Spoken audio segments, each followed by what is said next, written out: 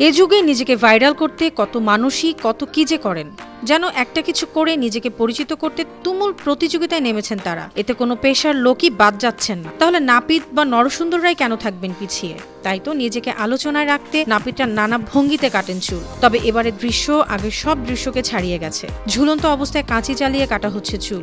শুনে কি মনে হচ্ছে? হয়তো ভাবছেন দুনিয়াতে আর কি বা দেখার বাকি আছে।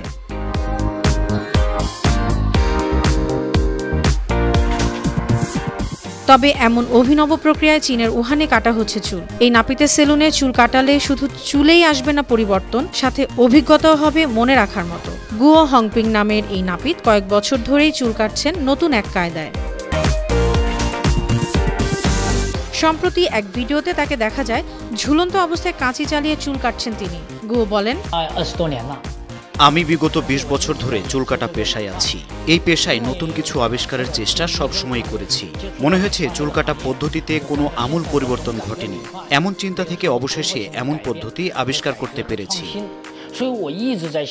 গুয়োর এই ঝুলন্ত কাঁচি পদ্ধতিতে বেশ কয়েকজন গ্রাহক চুল কাটিয়েছেন। এই অভিজ্ঞতায় বেশ সন্তুষ্টও তারা। একজন গ্রাহক বলেন, আমি খুবই সন্তুষ্ট।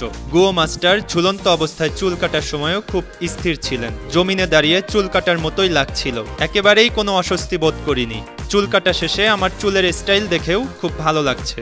গেল ২৬ বছর ধরে উহানে নিজের নাপিতের দোকান চালাচ্ছেন ৪৯ বছর বয়সী গুয়ো হংপিং। এই নাপিত ৭ বছর আগে এই উল্টো হয়ে চুল কাটার পদ্ধতি নিয়ে পরীক্ষা শুরু করেন। তিনি জানান, সাধারণ পদ্ধতিতে চুল কাটলে খরচ হয় ৪৮ ইউয়ান বা ৬ মার্কিন ডলার, কিন্তু এই ঝুলন্ত কাঁচি পদ্ধতিতে চুল কাটাতে ১২৮ ইউয়ান বা ১৭ মার্কিন ডলার খরচ হয়, যার টাকায় প্রায় ২,০০০। গুয়ো জানান, এই পদ্ধতি আয়ত্ত করতে তিনি সময় নিয়েছেন ৭ থেকে ৮ বছর। সোশ্যাল মিডিয়ায় তার এই ঝুলন্ত কাঁচি কৌশলের ভিডিও বেশ জনপ্রিয় হয়েছে। এই নতুন অভিজ্ঞতার টানে এখন গুয়োর দোকানে আরও বেশি কাস্টমারের আনাগোনা। নিউজ ডেস্ক, বানো টিভি।